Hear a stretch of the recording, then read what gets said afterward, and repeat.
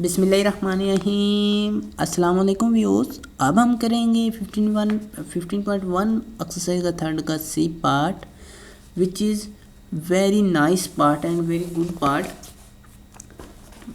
ये क्वेश्चन बहुत ही प्यारा सा क्वेश्चन है। इसकी वजह एक ही है कि इसमें हमारी स्टैटिस्टिक्स की सब्जेक्ट का नाम लिया गया। ठीक है बच्चों, हम यहाँ ऐसे करेंगे, कहते हैं comment on the following data, कि फॉलोइंग डेटा पर कमेंट करना है।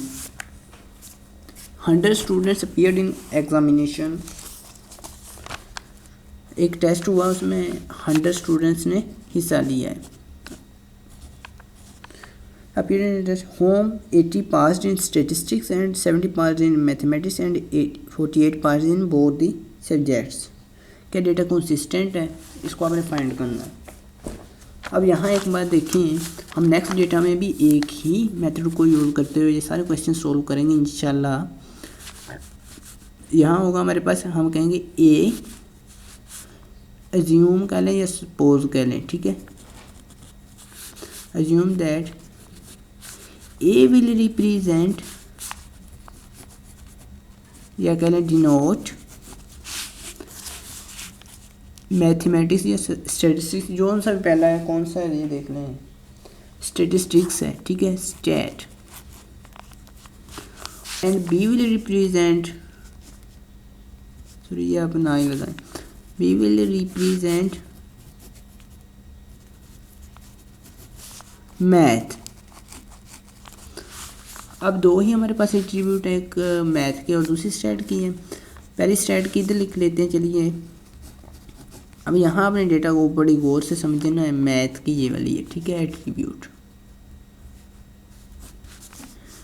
स्टैट वाली में हमने कहा था ए विल रिप्रेजेंट, तो इसकी सक्सेस होगी हमारे पास ए से, एंड एल्फा से होगी अनसक्सेस। और इसी तरह इसको करेंगे बी एंड बीटा से रिप्रेजेंट, ये होगा बी हमारे पास। ठीक है, बीटा को आपने थोड़ा सा लंबा कर देना इस तरह से। और अब हम बनाएंगे इनकी अल्टीमेट क्लासेस। ठीक है बच्चों, यहाँ हम बनाएंगे अल्टीमेट क्लासेस। ए को बी से मल्टीप्लाई करेंगे, ए बीटा हो, ए बी हो जाएगी। और इसी तरह अल्फ़ा को बी से करेंगे, अल्फ़ा बी हो जाएगी। और ए को बीटा से करेंगे, ये वाली हमारे पास हो जाएगी। और इसी तरह अल्फ़ा को बीटा से करेंगे, ये आ जाएगी अल्फ़ा बीटा। अब यहाँ आ जाएगी ये हमारे पास बी क्लास फ्रीक्वेंसी, और ये आ जाएगी बीटा क्लास फ्रीक्वेंसी। इसी तरह इधर वाली आ जाएगी ए क्लास फ्रीक्वेंसी, और ये अल्फ़ा, ये आपने पहले लिख लेना सेट। एन आ जाएगा आपका 100, जो हम क्वेश्चन के स्टार्ट में लिख चुके हैं, 100 है। ठीक है बच्चों, अब यहाँ आ जाती बात इनको नोट एंड रिप्रेजेंट करने की।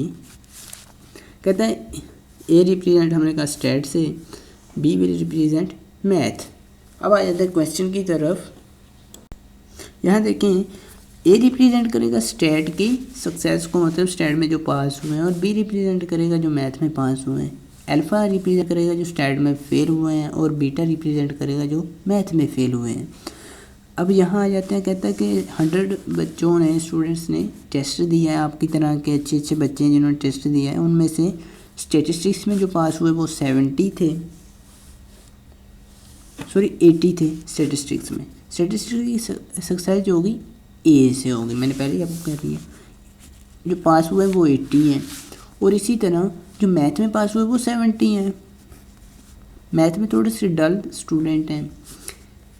अब आ जाती है यहाँ बात, फिर वो हमें कहता है 48 पास्ड इन बोथ सब्जेक्ट्स। अब पास देखें कहाँ में, बोथ सब्जेक्ट। ए में यहाँ ए डिनोट कर रहा है सक्सेस को, ये पहला टेस्ट है स्टैट का। अब बी यहाँ रिप्रेजेंट कर रहा है मैथ को, मैथ की सक्सेस को। कहता है दोनों में जो पास हुए हैं, जिनकी सक्सेस हुई है, वो कितने हैं, वो है हमारे पास 48। ठीक है, जो दोनों में पास हुए हैं। अब अगर कह देता दोनों में जो फेल हुए हैं वो 48 है, वो हम कहाँ लिखने थे, ये आप बताएंगे कमेंट सेक्शन में। मैं आपके वहाँ से कमेंट उठा के देखूँगा कि किस ने ठीक आंसर दिया। अगर कहता कि जो 48 है वो दोनों सब्जेक्ट्स में फेल हुए हैं, अब यहाँ आ जाते हैं हम डेटा को की कंसिस्टेंसी को चेक करना है। ये हमारे पास 100 है, ये 70 प्लस 30 100 हो जाना था, क्योंकि आपको पता है ना होता है हमारे पास बी प्लस बीटा, या एन होता है आपके पास ए प्लस एल्फ़ा। ये आपको फार्मूला तो आता ही होगा। इसी तरह ए प्लस एल्फ़ा जो होना था वो 100 होना था। 80 प्लस 20, आप यहाँ से भी इनकी वैल्यूज़ फाइंड कर सकते हैं। अल्फ़ा को इधर रखेंगे, ए को दूसरी तरफ ले जाएंगे, माइनस का हो जाएगा। एन माइनस ए क्लास फ्रीक्वेंसी, 100 में से 80 माइनस करेंगे तो भी 20 आ जाएगा। अब यहाँ आ जाएंगे आप लोग, यहाँ हमारे पास बी होता है इक्वल टू, ये देखिए A B plus alpha B, A B plus alpha B. अब हमें कौन सा चाहिए, हमें तो चाहिए यहाँ alpha B, B minus A B लिख देते हैं, is equal to alpha B, beta नहीं लिखना। बी की वैल्यू हमारे पास है 48 माइनस, सॉरी बी की है 70 माइनस 48, अल्फ़ा बी का हमारे पास आंसर आ जाएगा 70 में से 48 माइनस करके, या 70 में से 48 माइनस कर देते हैं, यार है 22। मेरे आप लोगों के भी 22 आ रहे होंगे। अल्फ़ा बी की वैल्यू आ गई अब हमारे पास 22। अब हमने यहाँ से फाइंड करनी है इसी तरह ए बीटा की। ए बीटा किस तरह फाइंड करेंगे, 80 में से 48 माइनस कर देंगे, डायरेक्ट कह लें आप 80 माइनस 48, एंटर करेंगे, ये वैल्यू आ रही है 32। इसी तरह आप फार्मूला से भी निकाल सकते हैं। इसी तरह हम फाइंड करेंगे अल्फ़ा बीटा की। अल्फ़ा बीटा होगा हमारे पास, पहले देखिए ए जो अल्फ़ा जो होगा वो होगा हमारे पास alpha B plus alpha beta. आप इस तरह से भी फाइंड कर सकते हैं और डायरेक्ट भी। और हमें यहाँ चाहिए अल्फ़ा बीटा, अल्फ़ा बी को इधर ले आएंगे, is equal to alpha beta. ए हमारे पास है 20 minus 22 is equal to alpha beta. Alpha beta की आई हमारे पास वैल्यू -2। ये -2 होने की वजह से हम लिखेंगे data is not consistent because, जिस तरह हम 3 के बी पार्ट में करते हैं, बिकॉज पहले लिख दें data not consistent because alpha beta equal to -2।